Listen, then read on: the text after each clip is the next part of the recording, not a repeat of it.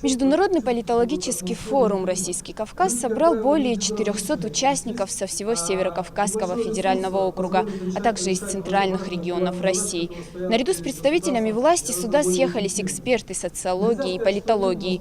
Кроме того, здесь присутствуют члены общественных организаций и студенческие активы. Форум проходит уже 4-й раз под эгидой Федерального агентства по делам национальностей. Он призван повысить эффективность реализации нацполитики в субъектах. На этот раз местом встречи выбрали Ставропольский край. Это очередная площадка для межкультурного и межэтнического диалога, где научное сообщество может предложить конкретные решения различных проблем. Мы услышали очень интересные доклады, очень интересные идеи. Это очень полезная площадка для того, чтобы обменяться мнениями, услышать друг друга, ближе понять те процессы, которые происходят. Потому что у нас у всех одна задача – это укрепление гражданского единства нашей страны. И Северный Кавказ здесь очень важный регион для Российской Федерации.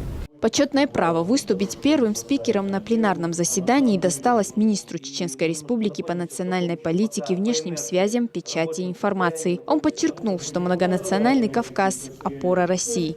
Ту изюминку взаимного уважения и взаимного доверия мы сегодня должны именно на этой изюминке сконцентрировать все свое внимание, все свои эмоции.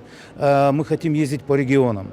У нас 36 представительств в рамках нашего министерства действуют, через которые мы намерены, и вот мы приводили этот пример здесь на форуме, реализовывать единую концепцию духовно-нравственного воспитания подрастающего поколения. Мы объясняем нашим кавказским ребятам о том, что со своим уставом не нужно приходить в монастырь. Нужно понимать, что со своей ментальностью, если ты идешь куда-то, нужно понимать, насколько она восприимчива там, насколько к ней комплементарны.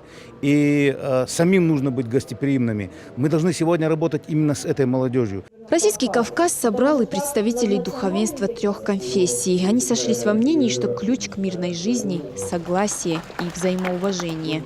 Любые фобии, страхи удаляются банальной вещью под названием, как говорит о ней Коран, «лита арафу», чтобы вы познавали друг друга. Поэтому, если есть дополнительная площадка, где представители разных религий, наций, политических, идеологических, философских воззрений могут услышать друг друга и сказать свою точку зрения, то это уже хорошо. Потому что чем больше плюральности, больше открытости и попытки познать друг друга, тем больше надежды на то, что люди смогут договориться и обозначить более универсальные принципы и методологии, по которым им жить и куда им следовать. Всего состоялось 3 пленарных заседания, посвященных актуальным вопросам приграничного сотрудничества стран Каспийского бассейна. Во второй день, чтобы принять участие в форуме, приехали министр Российской Федерации по делам Северного Кавказа Лев Кузнецов и главы субъектов. Они обсудили формирование образа округа в СМИ и реализацию государственной национальной политики. Говорили и о профилактике экстремизма на национальной и религиозной почве. Зинатин Музашвили, Рамзан Керимов, Адам Чекуев, Даних Авхаров. Новости.